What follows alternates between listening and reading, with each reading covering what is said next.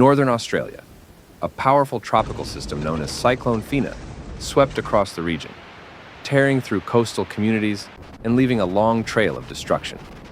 What began as a storm over warm northern waters quickly evolved into one of the most disruptive early-season cyclones the area has seen in years.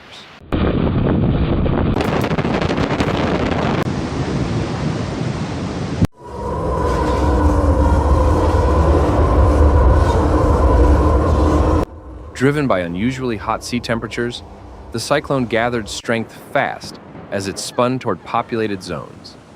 Meteorologists noted the alarming speed of its intensification, calling the system a rare event for this stage of the season. The warm waters and favorable winds combined to fuel the storm into a severe and highly damaging cyclone.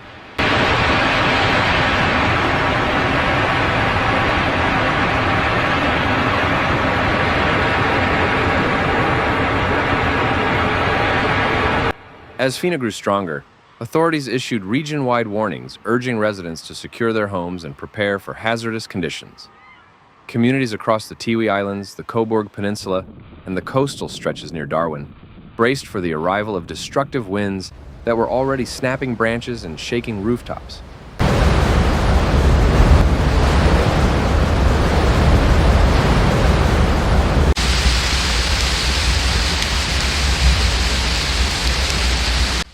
When the storm moved closer to land, powerful gusts ripped through streets, bending trees, stripping roofing sheets, and scattering debris across neighborhoods.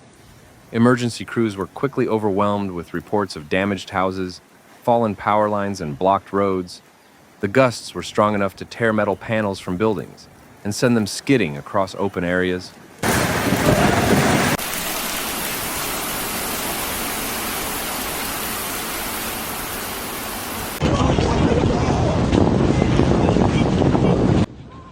Flooding followed shortly after. Heavy rain poured down in wide bands, filling drains, saturating soil, and turning low-lying roads into shallow rivers. Coastal zones saw water pushed inland as storm surge met high tides, forcing seawater into streets and yards. In several communities, the mix of rain and rough seas made movement nearly impossible.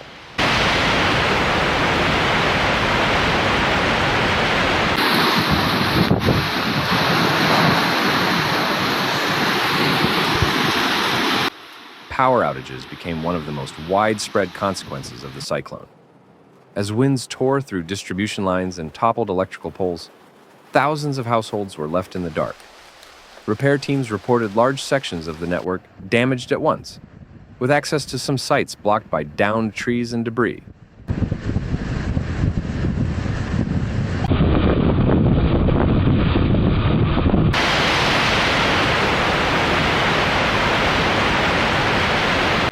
Critical infrastructure suffered as well. At Royal Darwin Hospital, parts of the roof were peeled away by intense gusts, allowing wind-driven rain to pour inside. Water leaked into corridors and ceilings, prompting staff to move patients away from affected areas while maintenance crews worked urgently to contain the damage.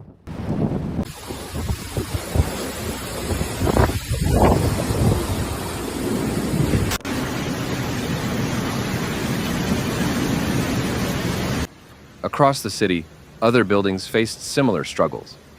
Commercial centers, small shops, and storage facilities reported shattered windows, torn awnings, and flooding caused by rain forced through gaps and broken panels. Many businesses were forced to shut down, while owners assessed the extent of the destruction.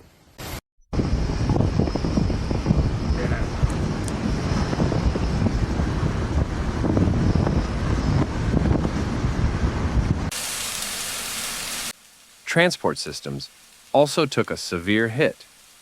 Fallen trees blocked major roads, leaving some neighborhoods temporarily cut off.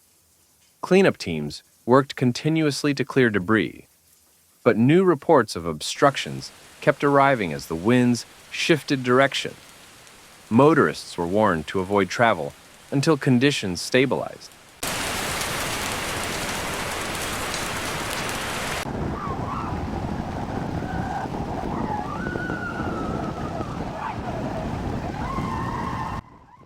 Air travel came to a halt, as Darwin Airport suspended operations during the cyclone's peak.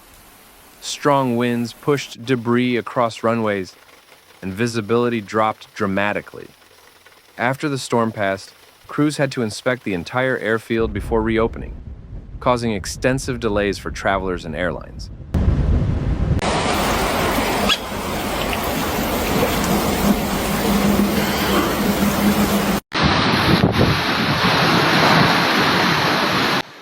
Environmental damage stretched across wide areas. Large patches of forest on the Tiwi Islands and the top end showed signs of extensive tree fall, broken canopies, and erosion caused by relentless rainfall. On the coast, storm surge stirred sediment and disrupted fragile marine habitats, leaving the shoreline murkier and littered with debris.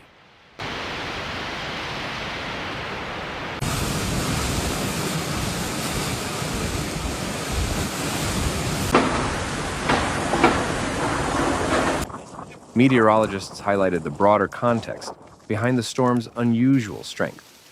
A combination of warm currents, favorable atmospheric circulation, and seasonal patterns contributed to the cyclone's rapid formation. Experts noted that such conditions may become more common if northern waters continue to warm, increasing the likelihood of severe early-season storms.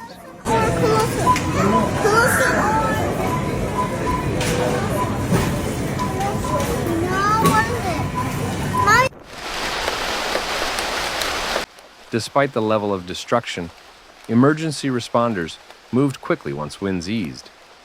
Power crews began rebuilding damaged lines. Firefighters cleared blocked roads, and volunteers assisted families whose homes sustained heavy damage. Shelters provided temporary relief for residents until it was safe to return to their neighborhoods.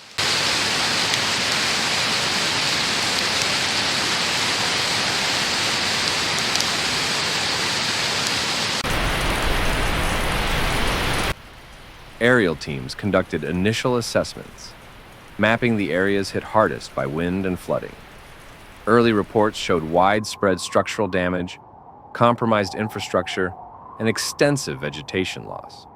The cleanup process, authorities warned, would take time due to the scale of the destruction and the need for coordinated recovery efforts. Cyclone Fina left behind a stark reminder of how vulnerable northern communities remain to extreme weather.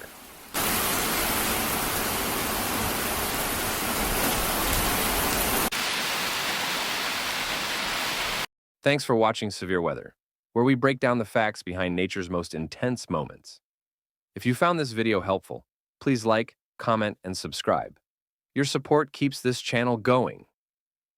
Hit the bell so you never miss a real, calm, and clear report. Note, some footage in this video may be used for illustration and may not show the exact event described. See you in the next one. Stay informed, stay safe.